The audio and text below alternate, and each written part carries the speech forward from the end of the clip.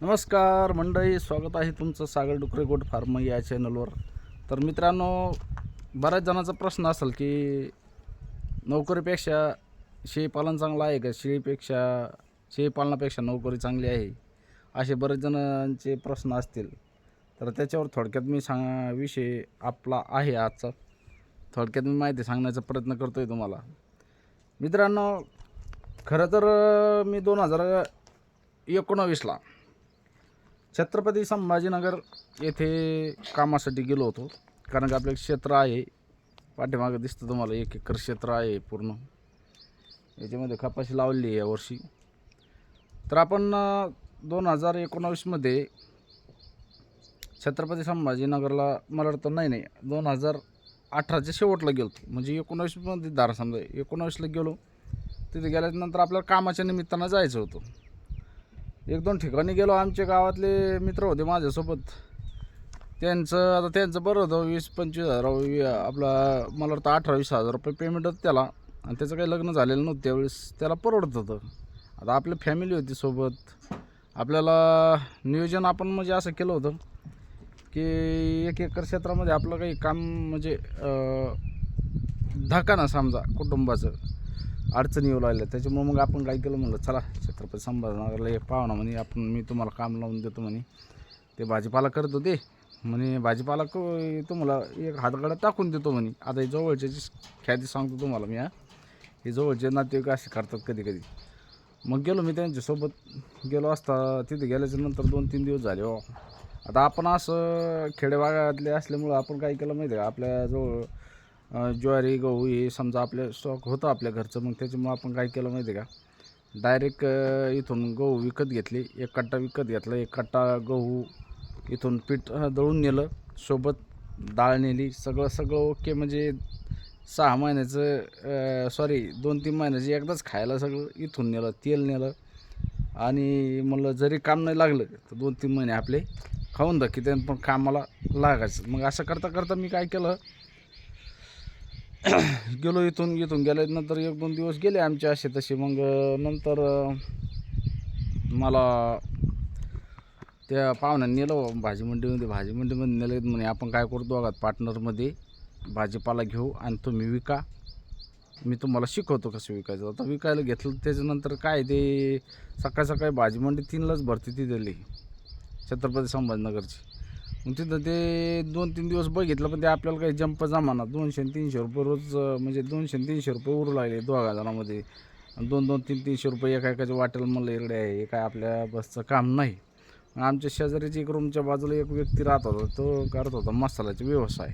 म्हणजे काय करायचं, घरगुती कच्चा मसाला तयार करायचा आणि विकायला द्यायचा. आता विकायला न्यायचं म्हणजे असंच एरिया होते वेगवेगळे, आंबेडकर नगर, टपरी, असं समजा पटरी, इकडं तिकडं. मग त्यांनी ते विकत होता, व्यवसाय होता. मग एक दिवस मी सहज त्याच्यासोबत बसलो गप्पा मारीत. म्हणलं काय भाऊ काय करता तुम्ही, असं तसं. आता आपल्याला थोडं बोलण्याचा नाद आहे, बोललो. मग त्यांनी सांगितलं बाबा मी असं मसाल्याचं करतो. म्हणलं मग आपल्याला पाकिट विकत भेटतील का, म्हणून भेटन, मग काय अडचण. मग त्या व्यक्तीनं आपल्याला काय केलं, 40 रुपयाला पाकिट लावलं. आता ते 40 रुपयाला पाकिट होतं, ते विकायचं होतं आपल्याला 60 रुपयाला.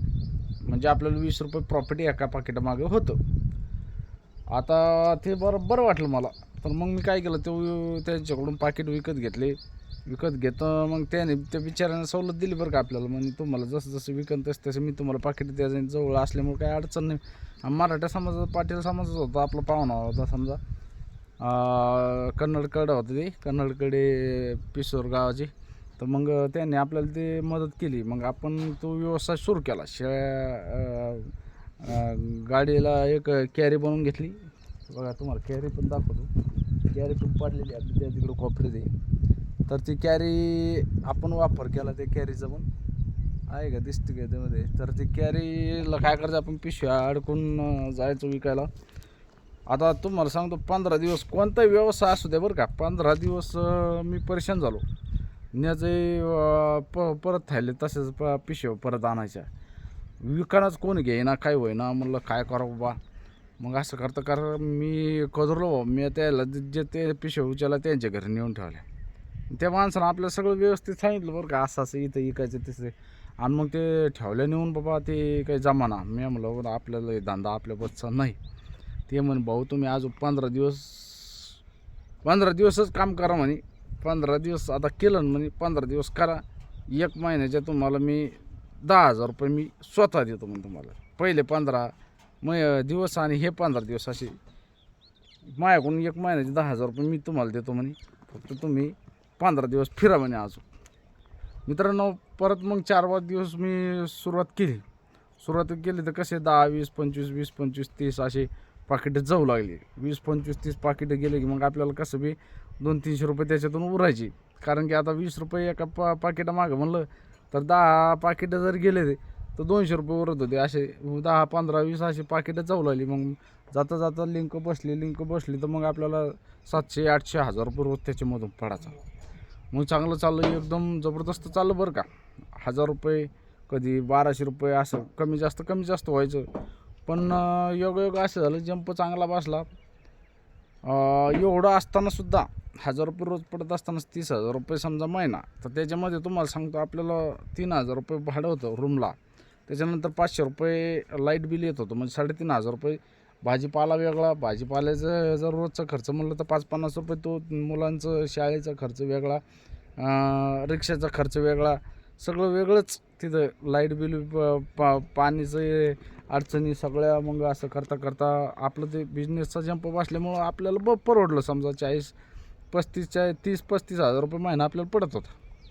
मग नंतर काय झालं, 2020मध्ये मला वाटतं शेवटला 21ला लॉकडाऊन लागल्याच्या नंतर मग काय धंद्याचा नेमकंच जंप बसायचा टायमान तसं झाल्यानंतर मग काय आपल्याला लॉकडाऊन लागल्यामुळं मग गावाकडं सगळी पळापळीच. गावाकडं कोणी थांबाना तिथं सिटीमध्ये. मग कुठं फिरायला पण जाऊ दे ना, पोलीस लोक डायरेक्ट मारायचे आडून. मग एक दिवस सकाळीच इकडं आलो बघा, गावाकडं आलो म्हणलं आता जाणं तर योग्य नाही. म्हणलं आपला पसारा आम्ही तसाच ठेवला लॉकडाऊनमध्ये. पसारा पण नाही आला, 2-3 महिने तिथंच होता रूममध्ये मालकाच्या. आणि मग आलो गावाकडं आलो मुलं बाळं घेऊन. मग इथं आल्याच्यानंतर लॉकडाऊनमध्ये विचार पडला, म्हणलं आता करावं काय. म्हणलं आता इकडं तर 1 एकर शेतीमध्ये आपलं काही नियोजन होत नाही, काय नाही. मग असंच मित्र होता आमचा, मित्र आहे गावातला. तो म्हणे तू एक काम कर म्हणे, शेळीपालन सुरू कर म्हणे. अरे यार म्हणलं आता शेळीपालन सुरू करायला आता आपण धंद्याचे आणले ते 40-50 हजार रुपये, 50-60 हजार रुपये होते आपल्याजवळ. मला यार 50-60 हजार रुपयात कोणता धंदा सुरू होईल. ते म्हणून शेळ्या सुरुवातीला 2 शेळ्या घे म्हणे. मला ठीक आहे. मग आपण काय केलं, ते लंगडी शेळीची आई घेतली एक.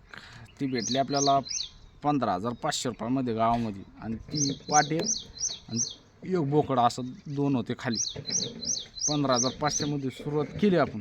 त्याच्यानंतर काय झालं, असंच महिना 2 महिने ती सांभाळली. त्याच्यानंतर परत या 2 पाठी होत्या, त्या पाठीची आई घेतली आपण. ती घेतली 14,000 रुपयामध्ये, याच्यावरून आणली रामनगरवरून. तिच्या खाली होतं 2 पाठी. मग झाले का आपल्याला हे 3 आणि ते 3, 6 सुरू झाले की मग काय एकाने दुकानी लावलं जंप. पत्र आणले 2-4 पत्र कसे आणले पाहिजे तुम्हाला सांगतो. 4 पत्र आणले 8,000चे. 4 मेडके आणले. हे आपलं 6 मेडके आणले होते. हे मेडके तेच आहे अजून. हे बघ मेडी, या सिमेंटचे मेडी आहेत. हे मेडी आणि 4 पत्र. साईडला एक जाळी आणली 2,000 रुपयाची. आणि इथंच जागीच एक शेड तयार केला आपला. बाहेर एक काट्या कुट्या लावल्या जरशे गेडवाकड्या. आणि झालं आपलं शेळीपालन सुरू. बस शेळीपालन सुरू केलं मित्रांनो. तर त्याच्यामध्ये मग आपल्याला आता जंप चालू आता इथपर्यंत आलो. नाहीतर आपला जंप छत्रपती संभाजीनगरला खरंच बसला होता जबरदस्त. पण एवढं आहे, सिटीमध्ये नोकरीवर धकत नाही. सिटीमध्ये तुम्हाला व्यवसाय जर करायचं, मला व्यवसाय जर चांगला जंप बसला तर 100% त्याच्यामध्ये यशस्वी होतं माणूस. पण याच्यामध्ये काय म्हणते, नोकरीवर जर म्हणलं तर तिथं 30,000 रुपये तर कमीत कमी महिना पाहिजे माणसाला, तेव्हा परवडतं. 10 आणि 15,000 रुपयामध्ये काही होत नाही. कारण मी राहून त्याच्यामुळं आणि शेळीपालन करायचं असेल तर शेळीपालनामध्ये प्रॉफिट आहे, फक्त 15-20 शेळ्या पाहिजे, 10-15-20 आपल्याकडं आहे. 7 पण आपण शेती करत होतो दुसऱ्या, त्याच्यामुळं आपण जास्त वाढवलं नाही, पण आता इथून पुढं वाढवायचे आहे आपल्याला. तर मित्रांनो, असं आपलं सुरुवात झाली होती शेळीपालनाची. व्हिडिओ आवडल्यास व्हिडिओला लाईक करा, नवीन असेल तर आपल्या चॅनलला सबस्क्राईब करा. भेटू अशाच नवीन व्हिडिओमध्ये. जय जवान, जय किसान, जय हिंद, जय महाराष्ट्र.